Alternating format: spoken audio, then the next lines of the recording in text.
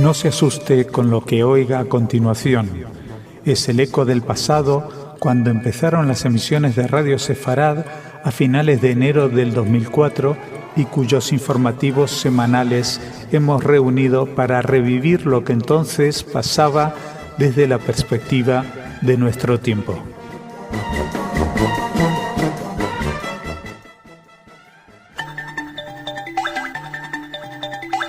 En Radio Sefarad, noticias. Bienvenidos a nuestro espacio informativo. Hoy hablaremos de un estudio llevado a cabo en Jerusalén, de un cruce fronterizo para los palestinos de Gaza, de la visita de Sarkozy a Argelia, de antisemitismo en Australia y, por último, de protestas sobre Venezuela. Ahora Israel. Según un informe del Instituto de Estudios Avanzados Van Leer de Jerusalén, el Estado israelí ha dejado de ser el centro en la vida de las comunidades israelitas dispersas por el mundo.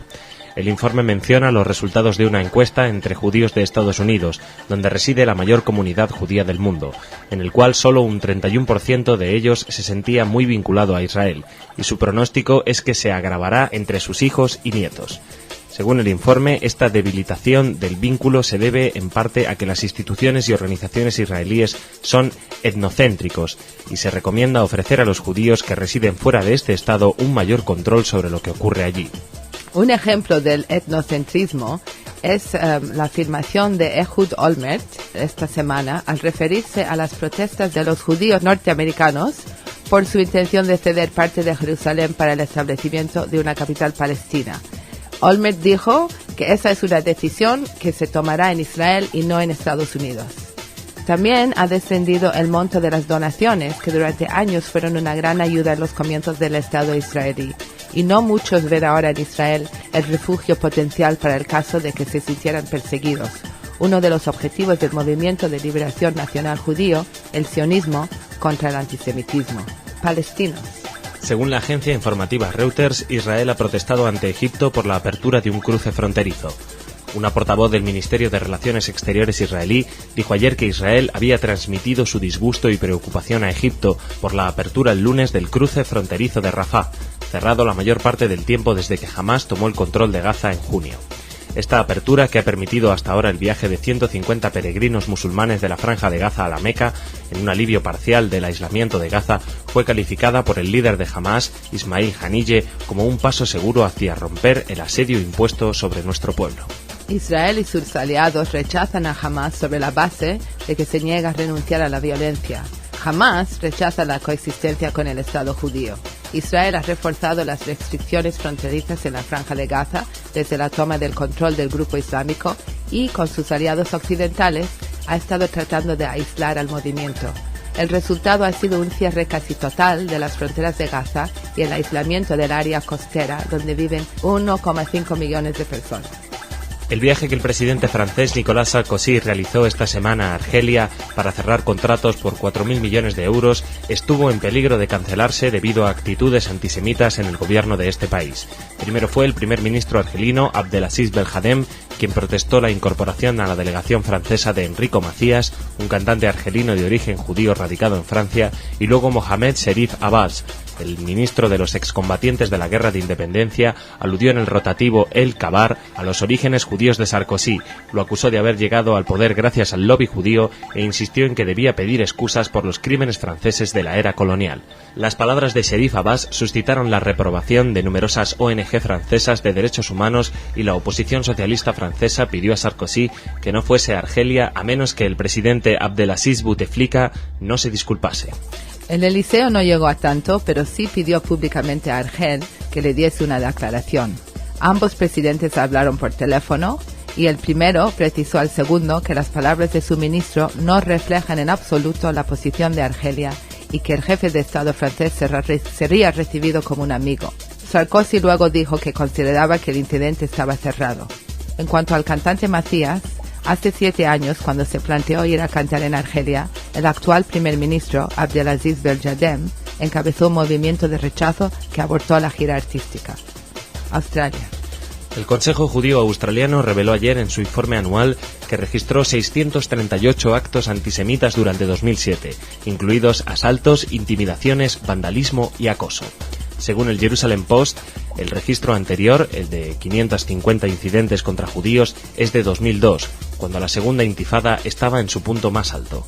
Uno de los antecedentes más conocidos fue el asalto a un judío ortodoxo, Menahem Borheimer, perpetrado por jugadores de rol australianos el pasado año en Melbourne. Borheimer llevó a juicio a los agresores y fueron multados, aunque solo uno fue condenado a prisión. Venezuela. El Comité Judío Americano expresó ayer su solidaridad con el pueblo judío venezolano después de la segunda incursión de las fuerzas de seguridad de ese país en 3 años en la sede del Centro Social, Cultural y Deportivo Hebraica de Caracas.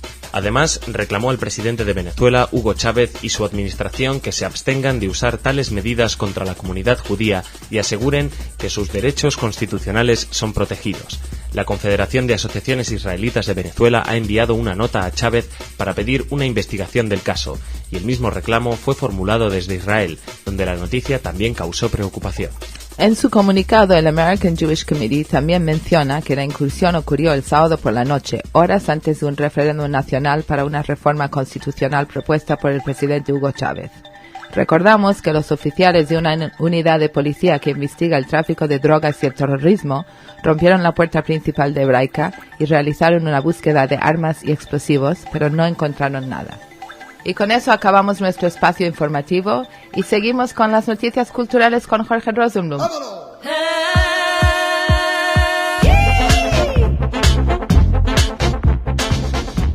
Hola, Jorge. Hola, Marión, ¿qué tal? Bien. Bueno, vamos a hablar un poquito de cosas que sucederán esta semana próxima. Ya ha acabado la fiesta de Hanukkah, vamos a retomar un poco el pulso normal. Empezaremos con una actividad de Casa Sefarad de Israel el 13 de diciembre a las 8 de la tarde, una conferencia sobre el cuadro La novia judía de Rembrandt. Ya hemos asistido a una conferencia que se ha dado en Madrid y ahora se vuelve a realizar por esta vez en el Club Sayas, en la calle Príncipe de Vergara 40. El mismo ponente, Kenneth Brown, de la Universidad de Calgary en Canadá, autor de 8 libros, 4 monografías y más de 50 artículos sobre literatura española del medioevo, y especializado en el siglo de oro y en la literatura sefaradita de los países del norte de Europa. En esta ocasión hablará de la Ámsterdam del siglo XVII, donde la población sefaradí, especialmente los judíos portugueses expulsados de la península ibérica, se establecieron y fueron creciendo y desarrollándose, y allí, por ejemplo, convivió Rembrandt con estos judíos y fueron modelos de muchos de sus cuadros. Se trata de muchos judíos. Y entre ellos uno muy famoso que es la famosa novia judía. Pues os invitamos otra vez, para el que no lo vio en la ocasión anterior, que vuelvan a verlo esta vez, como repito, el día 13, que es el jueves, a las 8 de la tarde en el Club Sayas de Príncipe de Vergara 40 de Madrid. Fascinante. En Reus, los que estén por la zona de Cataluña, hay un homenaje a Josefina Ferrater. Josefina Ferrater fue una filóloga e investigadora recientemente fallecida y autora, entre otras obras, de la traducción del Seder de Amram Gaon. Entonces este homenaje se le va a rendir en la Sociedad Recreativa El Circol de Reus, Tarragona, a las 9 de la noche, el mismo día 13 de diciembre del que hablábamos, y en este caso está organizado por la Asociación de Relaciones Culturales Cataluña-Israel, el ARSSI. Y en Sigüenza, pues va a haber un concierto de un violinista judío que vive en Ámsterdam, Ilya Grubert. Dará este concierto el día 15 de diciembre en la ermita de San Roque. Bueno, digamos que Grubert es un gran violinista que ha obtenido el primer premio en el concurso Paganini de Génova, el primer premio y medalla de oro en el Tchaikovsky de Moscú, y ha estado tocando con las principales orquestas del mundo. Pues esta ermita de San Roque de Sigüenza, que queda en la provincia de Guadalajara, no muy lejos de Madrid, él dará este recital en el que tocará junto a un pianista italiano llamado Breno Ambrosini, y él llevará consigo un violín que es muy excepcional, es un Guarnieri, que perteneció a un violinista y compositor judío también muy famoso llamado Wieniawski. Así que no solamente los que quieran ir al concierto, si usted es violinista por casualidad y escucha, claro, que sepa que también da clases maestras, clases magistrales en Sigüenza del 12 al 16 de diciembre, Ilya Grubert. Eso es una oportunidad. Uh-huh. Y por último vamos a hablar de un cementerio judío, el cementerio judío de Hamburgo Norte, el de Altona, que se llama, que aspira a ser patrimonio de la UNESCO. Este cementerio es el más antiguo del norte de Europa y esta semana ha vuelto a abrir sus puertas al público después de haber estado cerrado durante muchísimo tiempo. Es un cementerio bastante grande, tiene casi 2 hectáreas, y junto con el de Ámsterdam y el de Curazao en las Antillas holandesas podría pasar a formar parte del patrimonio cultural de la humanidad de la UNESCO. Allí en este cementerio desde el siglo XVII fueron enterrados personajes de la comunidad judía de Altona, que era el barrio exterior de Hamburgo, sí, de Hamburgo mismo y de Wandsbek.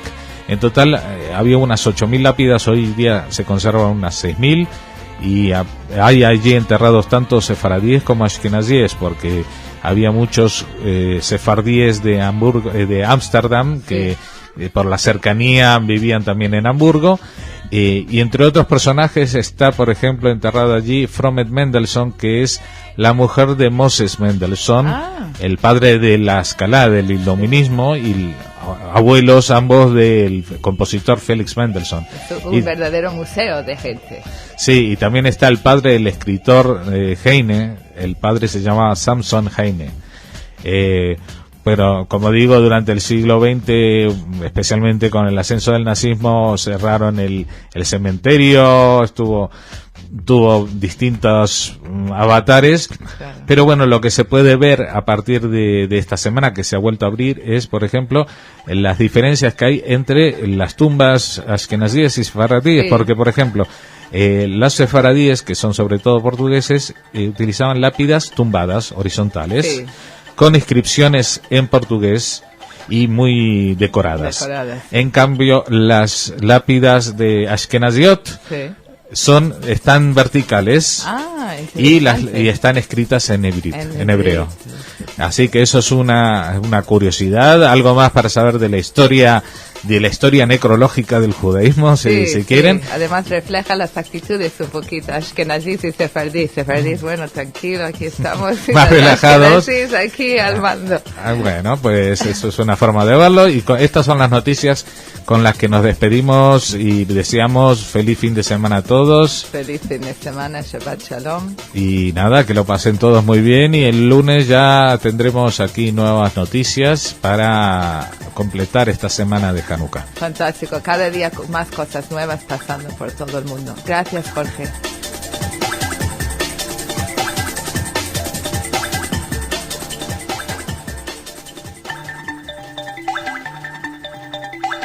En Radio Sefarad, noticias. Hola, bienvenidos a nuestro espacio informativo y seguimos hablando de Israel, seguiremos hoy hablando de Irán.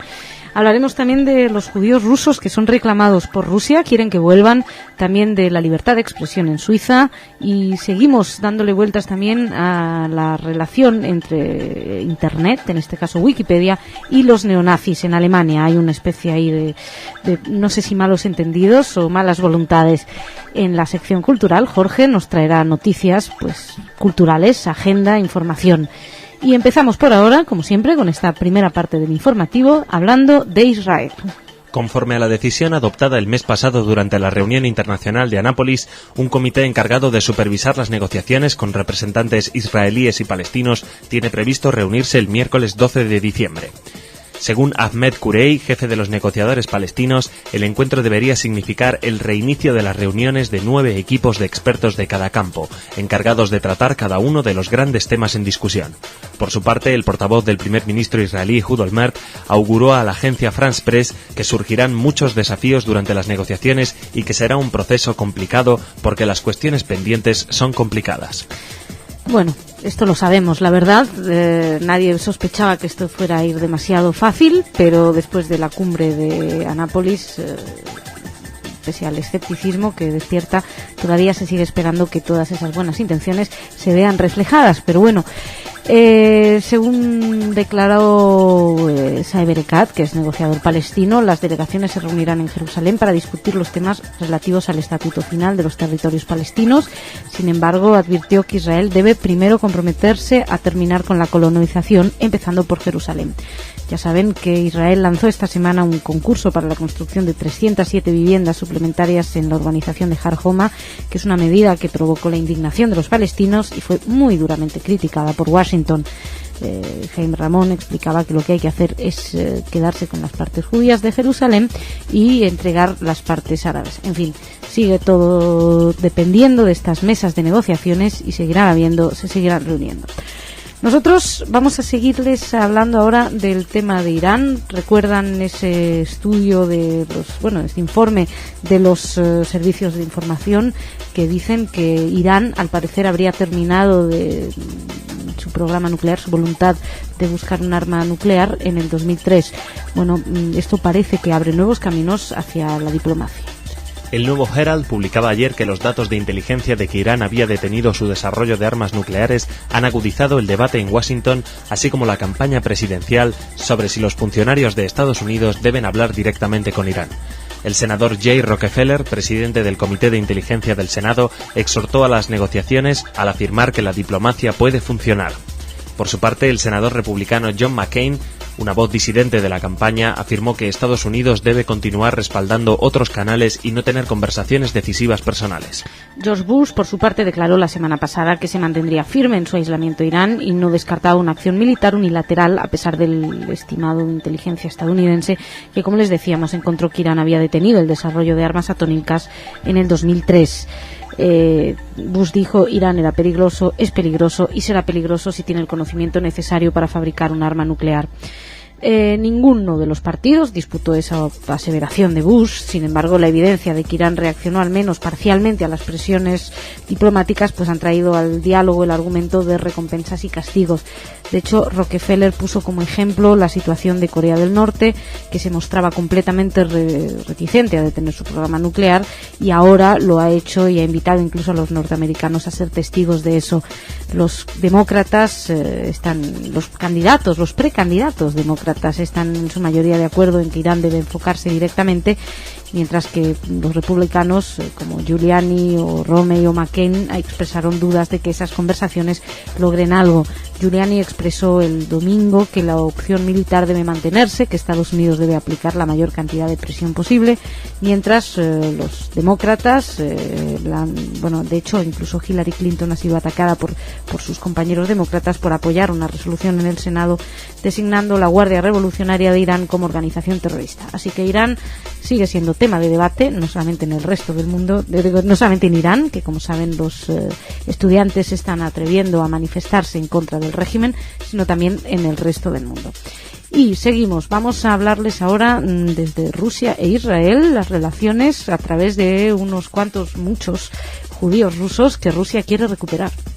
Haciéndose eco de una noticia del diario Haaretz, la agencia EFE publicaba ayer que los servicios secretos de Israel sospechan que un centro cultural de la Embajada de Rusia en Tel Aviv encubre a un organismo destinado a recuperar unos 3 millones de emigrantes de origen judío.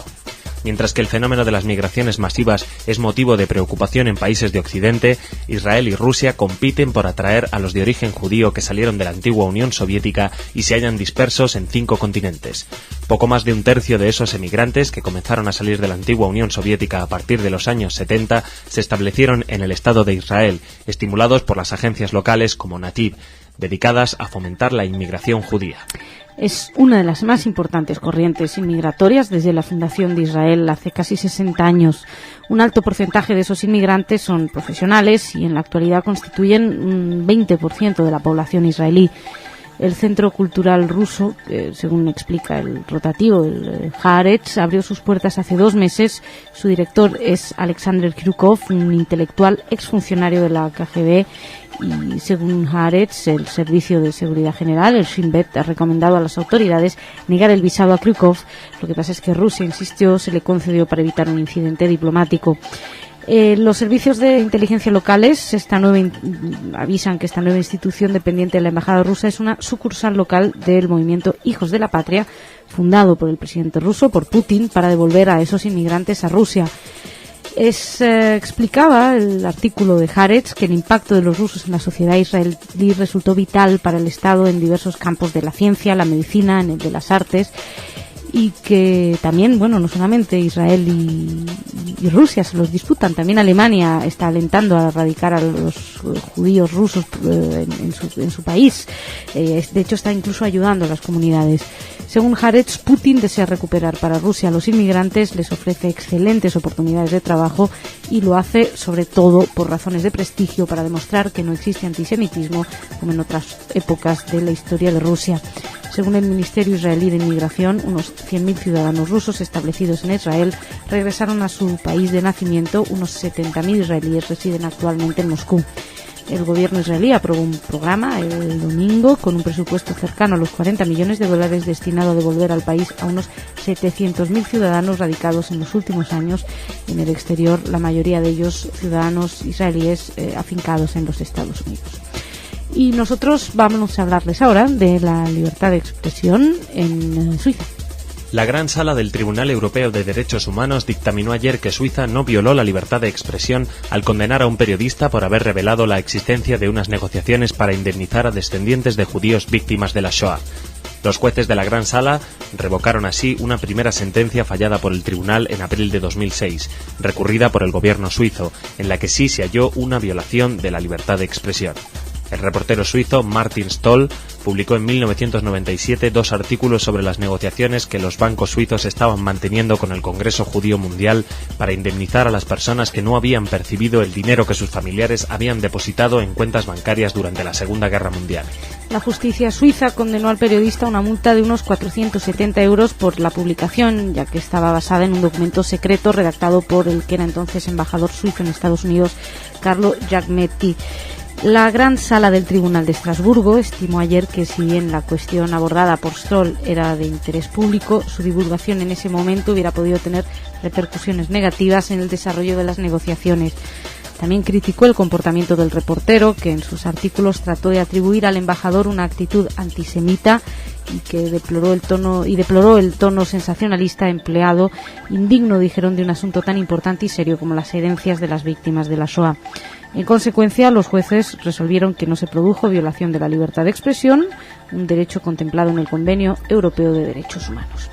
Y vamos cerrando esta primera parte del informativo con una noticia acerca de los nuevos modos de comunicación y cómo se abre paso o no el antisemitismo y el neonazismo ahí.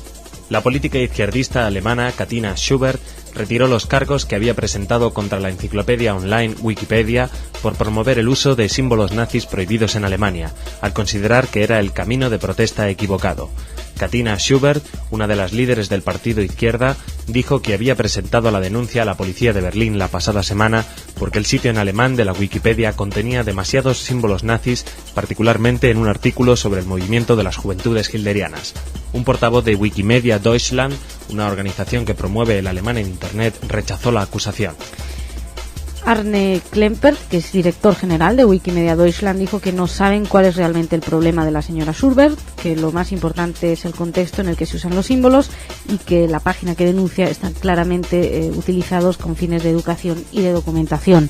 Cualquiera, dijo, que intente evitar que el periodo nazi sea documentado apropiadamente tiene una extraña comprensión del mundo, así lo explica Arne Klemper, director general de Wikimedia Deutschland, que dice que desde su punto de vista todo porque es la mejor arma para evitar que algo así vuelva a ocurrir. Concluía: la exhibición pública de símbolos nazis es ilegal en Alemania, como saben, pero pueden ser usados con fines educativos o artísticos. La semana pasada Schubert anunció que había mantenido conversaciones con Wikimedia Deutschland, que había decidido abandonar el caso, aunque seguía pensando que los neonazis podrían aprovecharse de esas páginas. En sus declaraciones dijo que presentar cargos es obviamente el camino equivocado para continuar con el tema, así que decidió que iba a retirarlos después de las intensas discusiones con Wikimedia. Schubert argumentó que la extensión y frecuencia de los símbolos en el artículo va más allá de lo que se necesita para la documentación y educación política. Además señaló que esperaba que los cargos promovieran el debate público sobre hasta qué punto se debe permitir a las plataformas de Internet colaborar con los partidarios del extremismo, las ideas antisemitas y las ideologías racistas. Y es algo que nos planteamos todos desde hace bastante tiempo y que todavía no hay respuestas. Así que, como no hay respuesta, dejamos esta primera parte del informativo y vamos ahora, con la sintonía de Jorge, a hablar de cultura.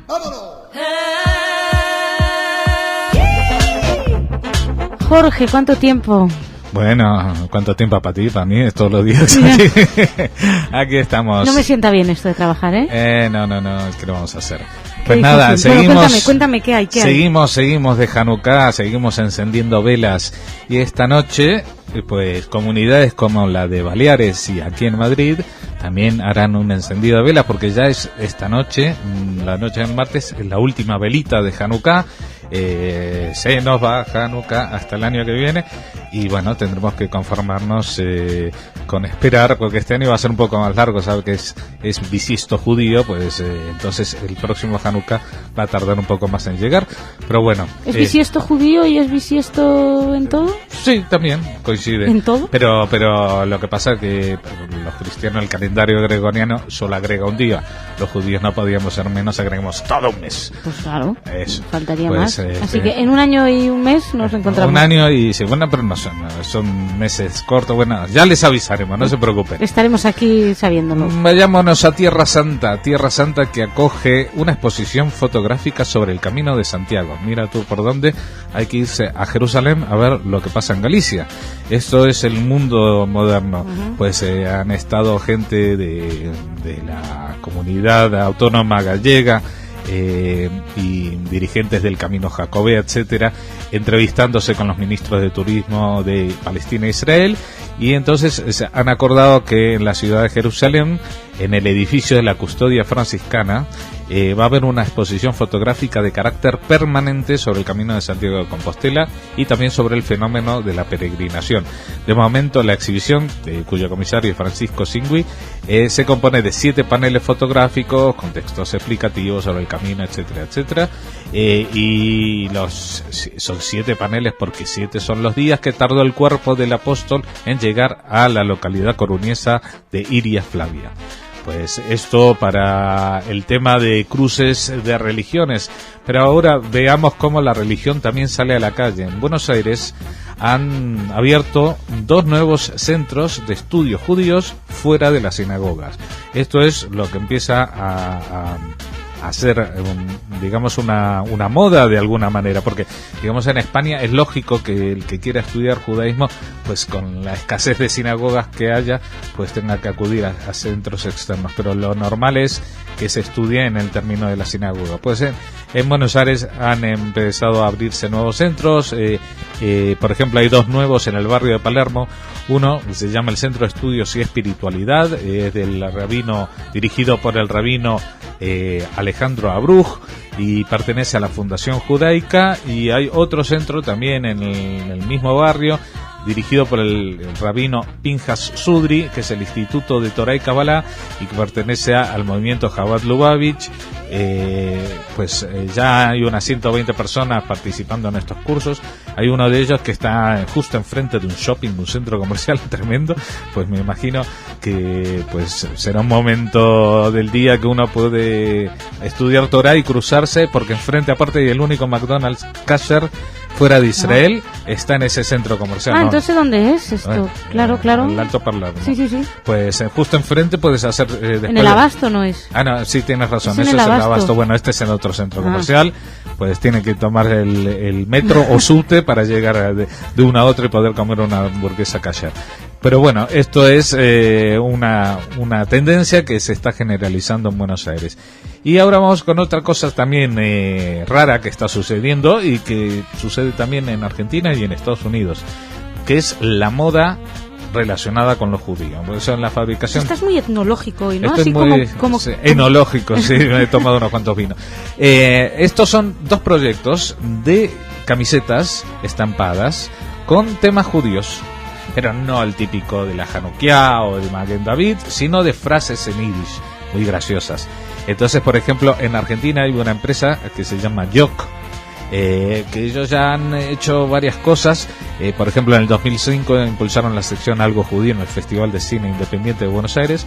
Pues sacan frases en las camisetas o remeras, como se dice allí, que tienen que ver con los estereotipos de los judíos. Por ejemplo, uno que dice 100% ruso. Porque a los judíos en Argentina los llaman ruso. O una que está buenísima, que me encanta, que dice orgullo goy. Orgullo goy. En vez de orgullo gay, orgullo goy. Y de otro, moishevique. En vez de bolchevique, moishevique. En Estados Unidos tienen algo parecido, pero ya, como te imaginarás, sin la acidez del humor argentino. La compañía se llama Rabbi's Daughters, o sea, las hijas del rabino. Sí, esto lo oí en un toju, creo. Sí. No me digas que ya lo han dado esta exclusiva. No, el de las hijas de... Sí, las hijas de... El Yok no, pero... Bueno, estas son las hijas de un rabino, se llama Jerry Cutler, del Templo de Arte Creativo de Los Ángeles, que es una sinagoga de las celebrities de Hollywood. Ahí me imagino que a Madonna habrá ido alguna vez a visitar también. Pues por ahí pasa mucha gente. Pues estas señoras diseñan ropa, joyas y accesorios con inscripciones en yiddish.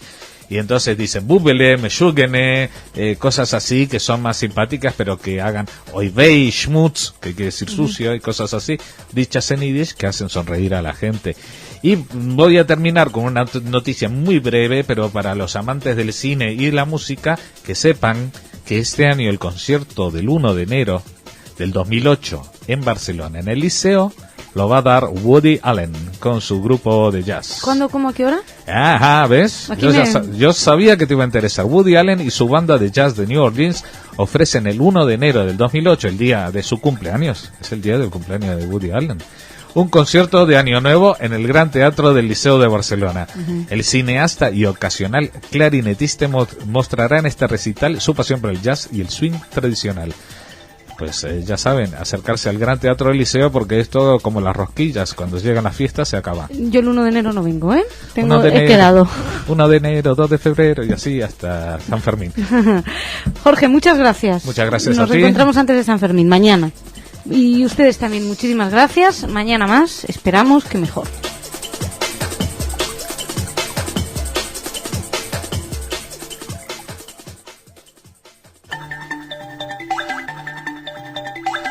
En Radio Sefarad, noticias. Bienvenidos a nuestro espacio informativo en el que hablaremos de Israel, como es nuestra costumbre, pero vamos a hablar también de Israel 2. Estén atentos, o un posible Israel 2. Anápolis, las consecuencias de Anápolis, qué es lo que sucede, la lucha contra los terroristas, una incursión en Gaza. Esto ocupará nuestras primeras noticias. También vamos a viajar a Venezuela, donde seguimos de cerca lo que está sucediendo entre la comunidad israelita venezolana y el presidente Hugo Chávez. Y terminaremos hablándoles de más negacionistas en España. Se ha abierto la veda en la librería Europa en Barcelona. Y como de costumbre, en la sección cultural, Jorge nos traerá sus noticias y sus comentarios. Empezamos en Israel 1. Euronews informaba ayer de que al menos 4 terroristas palestinos murieron en la incursión del ejército israelí en Gaza. Un portavoz militar declaró que la incursión, en la que intervinieron la aviación y unos 30 carros de combate, es una operación de rutina contra la infraestructura de los terroristas que disparan sus morteros y cohetes artesanales Al-Qassam contra la población de localidades israelíes vecinas de Gaza. Todas las víctimas pertenecían a la Yihad Islámica, que respondió con armamento ligero y obuses a la incursión, hiriendo a 4 soldados. El ataque se produce, según recogía Infomedio, en medio de rumores sobre una posible invasión israelí a la franja en vísperas del inicio de los contactos entre el gobierno palestino de Fatah y el de Ehud Olmert, que, como saben, empiezan a reunirse hoy, está previsto. En las últimas 2 semanas han muerto alrededor de unos 30 terroristas palestinos, en su mayoría de Hamas, Yihad Islámica y los comités de resistencia popular, que son quienes suelen patrullar a lo largo de la cerca fronteriza en previsión de esta supuesta invasión de la que se estaba hablando. Esta lenta escalada de las hostilidades coincide con esta reunión que les decimos, con la reanudación hoy de las negociaciones de paz entre Israel y la Autoridad Nacional Palestina. De esto les hablamos. La agencia Novosti se hacía eco ayer de unas declaraciones del primer ministro israelí Ehud Olmert, en las que afirmaba que Israel no cejará en el esfuerzo por conseguir que se registre un avance histórico hacia una nueva realidad política y en el arreglo del conflicto bilateral. En un discurso pronunciado la noche del lunes durante una conferencia sobre la economía israelí, Olmert aseguró que todo el crecimiento económico de Israel depende de los avances en el progreso diplomático con los palestinos y que si no se crea un Estado palestino, Israel está en peligro. El encuentro de Olmert con el jefe de la Autoridad Nacional Palestina, Mahmoud Abbas, fijado para hoy, dará pistoletazo de salida al maratón negociador que busca el objetivo de alcanzar un acuerdo de paz hasta finales de 2008, según la fórmula 2 estados para 2 pueblos. El día de hoy se asiste al inicio del diálogo con los dirigentes palestinos que declaran su deseo de paz. Así se manifestó Ehud Olmert en ese foro empresarial celebrado en Tel Aviv. También dijo estar dispuesto a aprovechar esta oportunidad y a mantener las conversaciones serias para lograr que se registre un avance histórico hacia una nueva realidad política. Son las palabras mismas que utilizó el primer ministro. Una de las condiciones decisivas para la existencia de un crecimiento económico en Israel, dijo, también para el impresionante crecimiento económico en los últimos años, es la existencia de un horizonte político. También dijo que cuando hay un diálogo político, cuando hay un diálogo abierto con la mayoría de las partes en la comunidad internacional, cuando hay un horizonte de paz en vez del peligro actual de violencia, también entonces hay una posibilidad de prosperidad. Se ve que tienen muy buena voluntad, pero probablemente hay un sector de la población israelí que está muy preocupado y están empezando a proponer iniciativas para defenderse de lo que consideran un futuro perjuicio para ellos. Eugenio García Gascón, el corresponsal en Israel del diario El Público, escribía este fin de semana que un grupo de rabinos y líderes de los colonos que viven en Cisjordania han lanzado la idea de crear un nuevo Estado en los territorios ocupados, con su propia bandera y su propio himno nacional. Se trata de la primera respuesta de los colonos a la conferencia de Anápolis, donde según algunos dirigentes radicales, el primer ministro Ehud Olmert ha vendido el Gran Israel y ha dado luz verde a Estados Unidos para que desmantele las colonias judías de Cisjordania. La iniciativa se lanzó la semana pasada por medio de unas hojas que se distribuyeron en todas las sinagogas de los territorios ocupados y en sinagogas del interior de Israel afines a los movimientos radicales de los colonos. Cualquiera puede presentar sus propuestas para la bandera y para el himno. Es un concurso abierto donde el ganador recibirá varios miles de shekels y entrarían además en los anales del pueblo judío. Tampoco hay que sorprenderse mucho desde España, que también hay un concurso donde todo el mundo puede optar para poner letra al himno español, que no sé si ya ha terminado el concurso. Pero bueno, si no les dio tiempo para el himno español, tienen tiempo para el nuevo himno israelí, siempre pueden mandar sus propuestas. En el tema políticamente más preocupante es que el rabino Shalom Dov Wolpe, que es en uno de los artículos distribuidos en las sinagogas, se pregunta si este movimiento colono va a permanecer quieto como corderos que van al matadero mientras el malvado gobierno destruye la vida de decenas de miles de familias israelíes, como ya hicieron con sus hermanos en Gaza. Se pregunta si se van a rendir al eje del mal de Jerusalén y a ayudar a convertir a 120.000 judíos en refugiados en su propia tierra. Desean combatir en la conferencia de Anápolis y este grupo de rabinos ha dirigido una carta abierta al presidente Bush en la que se le advierte que si las resoluciones de la conferencia siguen adelante se provocará la ira del Todopoderoso. Hacen unos comentarios bastante dicen que recuerdan el desastre del Katrina, dicen que no fue un hecho aislado, se produce por voluntad de Dios, dijo, en respuesta a la evacuación, a la desconexión de Gaza. En fin, seguimos, nos vamos a otro punto que nos tiene preocupados, que es Venezuela. La diputada nacional Nora Ginsburg solicitó que la Cámara de Diputados repudie el allanamiento arbitrario que sufrió el Centro Cultural, Social y Deportivo Hebraica de la ciudad de Caracas, Venezuela, el pasado 2 de diciembre. Para la legisladora de Recrear para el Crecimiento, el procedimiento ocurrido es consecuencia de la arenga permanente por parte de Hugo Chávez contra la cada vez más reducida comunidad judía de Venezuela. En los fundamentos de su proyecto de declaración, Ginsburg resaltó que el allanamiento a la institución judía, que también es una escuela, no arrojó ninguna situación irregular. Y concluye la carta diciendo que solo configuró una payasada agraviante a la que el líder nos tiene acostumbrados, a lo que nos tiene acostumbrados el dictador venezolano, consecuencia de su consabido antisemitismo que nos trae a la memoria dolorosas reminiscencias. Son las palabras de la diputada Nora Ginsburg. No crean, no ha quedado solo ahí, también desde Lima hemos podido saber que el congresista del Partido Nacionalista, Isaac Meckler, envió una carta al presidente de Venezuela, Hugo Chávez, donde expresa su enérgica protesta por este allanamiento del que les hablábamos. Estamos pendientes, seguiremos pendientes, intentaremos conectar en algún momento con alguien de la comunidad judía venezolana que nos pueda dar más datos de cómo lo están viviendo. Vamos terminando ahora esta primera parte del informativo con otra noticia preocupante, como suele ser nuestra costumbre. Recuerdan que el Tribunal Constitucional permitía el negacionismo en España, considera que no es delito. Bueno, pues esto es jauja para algunos invitados. La Librería Europa de Barcelona acogerá este sábado una conferencia del británico David Irving, especialmente conocido por su fructífera carrera como negacionista de la Shoah, hecho por el que fue condenado en Austria a 3 años de prisión que no cumplió en su integridad por buena conducta. De hecho, y tal y como han confirmado responsables del polémico local barcelonés al diario El Mundo, el acto central de la charla de Irving intentará recoger su testimonio sobre su arresto y posterior juicio, así como su particular defensa sobre la libertad de expresión. La conferencia de uno de los autores, paradigma de los círculos neonazis, prevista para el próximo sábado a las 6:30, llega a Barcelona apenas unas semanas después de que la Librería Europa y su dueño, Pedro Varela, se vieran obligados a suspender la presentación de un libro de David Duke, conocido supremacista norteamericano y ex líder del Ku Klux Klan, por las presiones policiales a las que fueron sometidos por los Mossos de Escuadra y la manifestación de 500.000 de antifascistas que se concentró a las puertas del local. Irving, su obra, se caracteriza por la capacidad de que disfruta para despertar polémicas, vaya donde vaya, y en una de sus últimas apariciones, Irving, si recuerdan, logró despertar la indignación con su presencia en unos debates académicos organizados por un club de debate de Oxford en Inglaterra, y el pasado mes de noviembre, donde dijeron que se le permitía hablar para que demostrara las absurdeces que dice.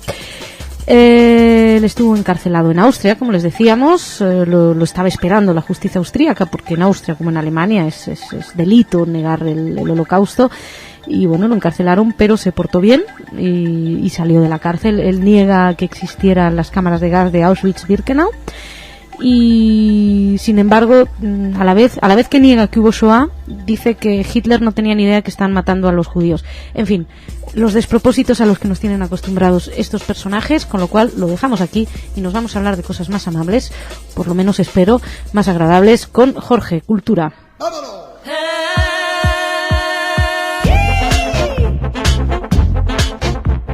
Jorge, ¿cómo estás? Pues muy bien, aquí con noticias del mundo cultural judío de todas partes. Y empezamos por ¿Pero son España. buenas? Hay de todo, pero bueno. Y aparte de las noticias, lo que es malo para uno es bueno para el otro, ¿sabes cómo es esto? Empezamos por León. León es una noticia muy buena para León porque desde el 1 de diciembre de este mes han asumido la presidencia de la red de juderías, pero no solamente eso, es la red europea y española de juderías, que ahora la han asumido por 6 meses. Ahora no sé si han cambiado el turno y el sistema, y es como el Consejo de Europa, que solamente duran 6 meses las presidencias. El gobierno de turno, ¿no? El gobierno de turno. Bueno, tienen un apoyo han entrado en el Consejo de directivo de Casa Sefarad de Israel, eso también lo habíamos dado a conocer, y ahora también el itinerario cultural europeo. La red de judería se integra en el itinerario cultural europeo del Consejo de Europa y por lo tanto tiene el mismo nivel y categoría que el Camino de Santiago. Y entonces, digamos que la red de juderías, que nació hace 12 años con Herbaz y Gerona, luego se añadieron otras 19 ciudades. Durante el próximo semestre en León van a iniciar por fin las obras para la puesta en marcha de un museo intercultural en la iglesia de Puente Castro. También habíamos hablado de ello. Y durante este periodo de gobierno, pues a partir de febrero tendrán un ciclo de conferencias y una exposición bajo el título de Arquitecturas Simbólicas que van a traer de Cataluña. Luego entre abril y mayo organizarán otro congreso en colaboración con la Universidad de León y entonces se celebrará la Asamblea General a la que asistirán los representantes de todas las ciudades de la red. En junio se llevará a cabo un ciclo de cine judío y en Fitur, en enero... ¿Feria de turismo? Sí. Pues van a presentar una maqueta de una guía turística que recorre las ciudades de la red. Y además se trabaja por la segunda edición del Festival Música para la Paz. Y bueno, y también otra cosa importante es que el 11 de febrero va a visitar León el presidente de Portugal. Y entonces parece que se van a confederar las redes de juderías de España y de Portugal. Uy, tú estás muy rutero, porque ayer también hablaste de Camino de Santiago y esto. Te veo muy caminante, muy espíritu. Sí. Yo soy muy de carretera, soy. De eso, de cassette de qué carretera soy. De carretera, vas oyendo los Bueno, hits. esta te va a encantar. A ver. Carlsberg. Es el producto más ¿La importante. cerveza? La cerveza Carlsberg. Tú sabes que yo estuve hace poco en Dinamarca y le preguntaba, ¿y qué es danés? Porque uno se pregunta, aparte de Hamlet y la Sirenita, ¿qué hay en Dinamarca? Pues hay Carlsberg. Toda Dinamarca es de Carlsberg. Y tiene una fundación Carlsberg que financia todos los actos culturales, por supuesto. Pues Carlsberg tienen en su logotipo una coronita rematada con una cruz. Excepto donde en Israel. No, sí, pero los Carlsberg son geniales. Sí. Han hecho una edición especial de latas sin la cruz de la punta de la corona. Y si usted compra la lata en Jerusalén, verá que termina en una puntita redondeada. Y el rabino David Rosen aclara, dice, esto es absolutamente anormal, ya que, como declaró, la cruz todavía evoca la memoria de la hostilidad y el dolor del pasado. Con ese acento nosotros le decimos, por lo menos yo le digo a David Rosen, que se tome una cerveza Carlsberg y que se deje de tonterías. ¿Sabes que Carlsberg es un invento argentino, no? Carls y Berg, ¿no? Eso sí, ¿Lo viste el anuncio de Carlsberg? Anuncio. Posiblemente la mejor cerveza del mundo. Bueno, vamos al Museo Judío de Berlín, que hoy mismo, jueves 13, mañana, jueves 13, inaugura una exposición de fotografía y videoarte sobre la atmósfera que en el día a día que viven la gente, las tensiones en Israel. Y se presentan 22 artistas de Israel, de Europa y de Estados Unidos, entre ellos los israelíes y Albertana, Barry Friedlander y Pavel Wolberg, y artistas alemanes como Wolfgang Tillmans, y te va a sonar, Wim Wenders. Hombre, sí. Wim Wenders, que se presenta como fotógrafo, no como director de cine. Esto es una exhibición que comisariada por el Museo Judío de Nueva York, y que es la primera vez que se presenta en Europa. Esperemos que algún día llegue también a estos parajes. Y vamos a ir un poquito más rápido porque así me lo indica Masha. Estos días pasados en la pequeñísima ciudad italiana de Pitigliano, Piti, se realizó el Pitti Fest, es la 10ª edición del festival de cine judío más importante de Italia, y se realiza justamente en un pueblo muy pequeño, pero donde ha habido una presencia judía importante. No te cuento más porque no me dejas, pero te voy a decir... no he hecho ningún gesto. No, pero bueno, como ya pasó el festival, tampoco voy a contar muchas historias, vale. decir de que hubo películas judías de Israel, etcétera, etcétera. Y algo más que recalcar es de Argentina. La organización sionista va a premiar al periodista Nelson Castro con el premio Jerusalén Pras Yerushalayim. Nelson Castro, que sepas, es un periodista con una fuerte actividad en Radio El Plata, donde desde hace mucho tiene un programa llamado Punto de Vista, pero que es más conocido todavía por un programa en la cadena por cable Todo Noticias, TN, que se llama El Juego Limpio, y si lo premian por algo será, digo yo. Así que queremos creer que es así. Queremos creer que es así. Le mandamos un saludo desde aquí a Nelson Castro y a la gente de la organización sionista en la Argentina. Pues, saluditos. Bueno, pues nada, te veo súper saludador hoy. Oye, gracias, Jorge. Nos encontramos mañana con más noticias. Más noticias de carretera. Más noticias de carretera. Muchas gracias a ustedes también por su atención. Mañana estamos aquí. Esperemos que ustedes también.